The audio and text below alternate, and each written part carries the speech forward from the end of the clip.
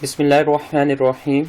Assalamu alaikum. I am Sir Muhammad Kashif from Huff School System DHA campus, and today we are going to discuss chapter number 2, Computer Science, about the basic language. So in starting there are two questions.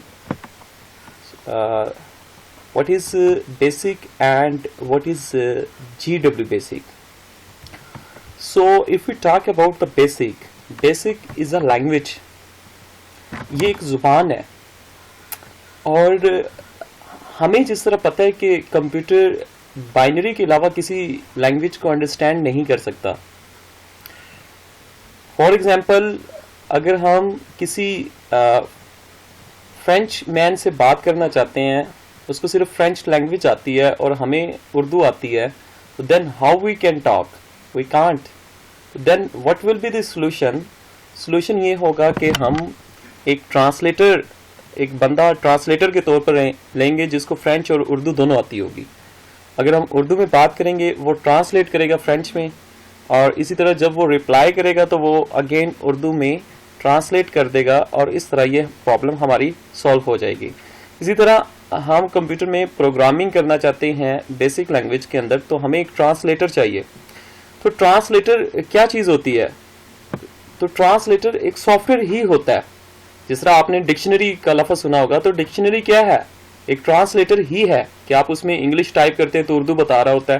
तो it mean जो भी आपके पास translator होता है वो एक software की form में होता है, और यहाँ पे GW बेसिक एक ट्रांसलेटर है और बेसिक एक लैंग्वेज है.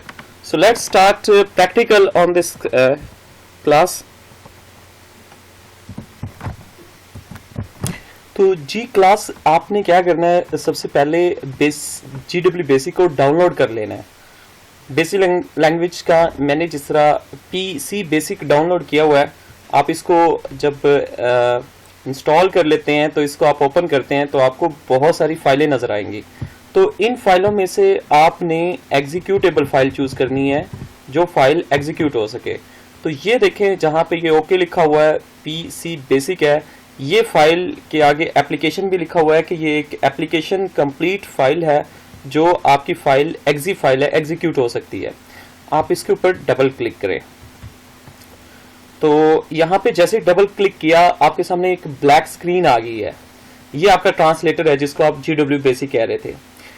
आपने जैसे ही GW बेसिक ट्रांसलेटर यानी कि सॉफ्टवेयर को ओपन किया तो यहाँ पे आप देख रहे हैं कि ओके लिखा आ रहा है.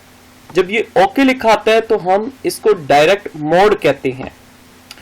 जान लो कि जो GW बेसिक है, इस ट्रांसलेटर के दो तरह के मोड होते हैं. एक होता है डायरेक्ट मोड और एक होता है इनडायरेक्ट मोड. तो सबसे पहले हम डिस्कस करते हैं जी डायरेक्ट मोड क्या होता है और काम कैसे करता है. तो जैसे आप GW बेसिक को ओपन करेंगे यहाँ पे ओके लिखा आ जाएगा, तो इट मीन ये डायरेक्ट मोड में है. तो नंबर 1 क्या सिंबल है आपके पास कि ओके लिखा है, डायरेक्ट मोड है. अब यहाँ पे आप कोई कमांड टाइप करते हैं. फॉर एग्जांपल आपने कमांड टाइप की प्रिंट कर दे, किस चीज को कर दे, 2+3 को. जैसे आपने कमांड टाइप की कि 2+3 को वो ऐड करने की, तो जैसे आप एंटर दबाएंगे तो वो ऐड हो जाएगा और आपके पास आंसर क्या आ गया, 5. तो इट मीन डायरेक्ट मोड में एक चीज और हमने सीखी कि कमांड जैसे ही टाइप की जाती है उसका आंसर भी फौरी तौर पर आ जाता है. तो एक ये चीज है डायरेक्ट, कहते नहीं ये काम हमारा डायरेक्ट हो चुका है. तो डायरेक्ट मीन क्या है कि आप जैसे कमांड टाइप करते हैं वो एग्जीक्यूट फौरन होती है, उसका आंसर फौरी तौर पर आ जाता है. 2 थिंग होगी. फर्स्ट थिंग क्या थी, ओके लिखाएगा. सेकेंड थिंग क्या है कि जैसे कोई कमांड आपने टाइप की उसका आंसर भी फौरी तौर पर आ गया. थर्ड थिंग्स क्या होगी, यहाँ पे कोई लाइन नंबर नहीं होगा. जिस तरह यहाँ पे आप देख रहे हैं कि साइड पे कोई लाइन नंबर नहीं है, 1 2 3 या 10 20 इस तरह का कोई लाइन नंबर नहीं है. अब हम बात करते हैं सेकंड मोड की, इनडायरेक्ट मोड की. इनडायरेक्ट मोड में जाने के लिए आप सबसे पहले ऑटो प्रेस करेंगे, AUTO ऑटो कमांड देंगे. ये किस लिए है, इनडायरेक्ट मोड में जाने के लिए.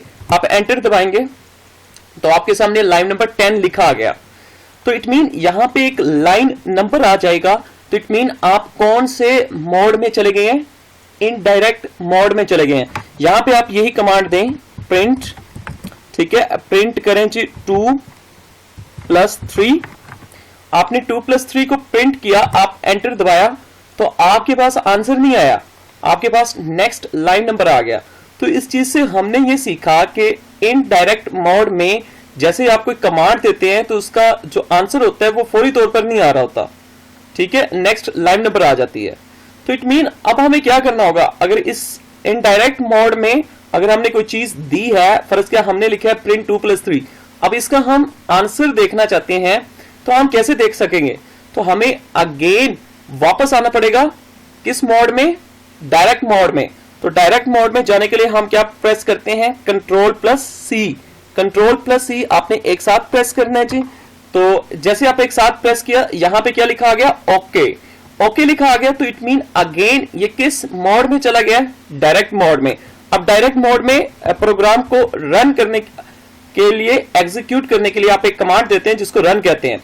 अब आप ये कमांड RUN, रन कमांड आप किस में दे रहे हैं, डायरेक्ट मोड में। तो इसका आंसर फौरी तौर पर आ जाएगा, यानी कि ऊपर जो आपने एक स्टेटमेंट लिखी है प्रिंट 2+3, उसका आंसर अब जाके आ जाएगा। ये देखें 5 आंसर आ गया है, ओके आ गया है। तो इट मीन आप ये डायरेक्ट मोड में है। तो इस तरह हमारी ये आज का बिगिनर के लिए लेक्चर था, जिनको बिल्कुल भी नहीं आता, जिनको बिल्कुल प्रैक्टिकल से नहीं पता, जिन्होंने कुछ भी नहीं क्लैरिटी के साथ नहीं पढ़ा, तो उनके लिए एक लेक्चर था।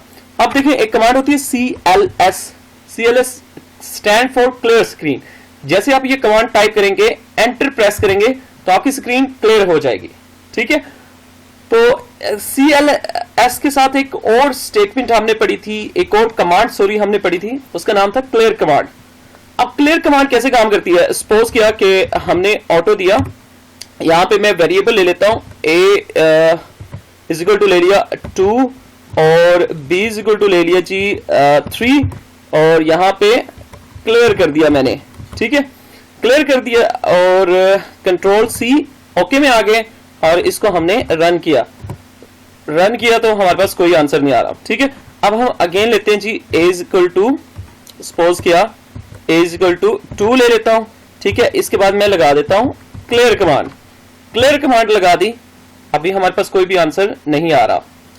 So what does clear command do, अब ये क्वेश्चन आपका हो सकता है कि सर फिर क्लियर जो कमांड है इसका जो काम है वो क्या है एक्चुअल में। चले अगेन हम एक छोटे से प्रोग्राम से समझाते हैं जिसमें आपको मजीद ओपन नहीं हो रहा जी, हो गया। तो हम करते हैं जी एक प्रोग्राम, ऑटो दिया जी, इसमें लिख दिया A इज इक्वल टू 5, ठीक है।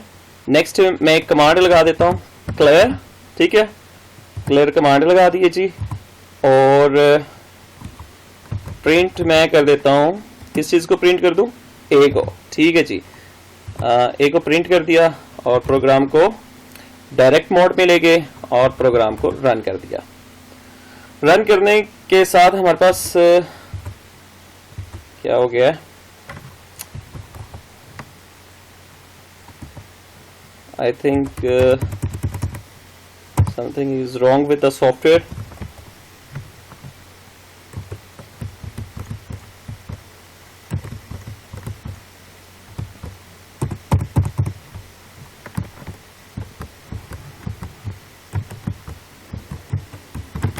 चलें जी, फिर कभी हम नेक्स्ट डिस्कस करेंगे। I think there is a issue with the software.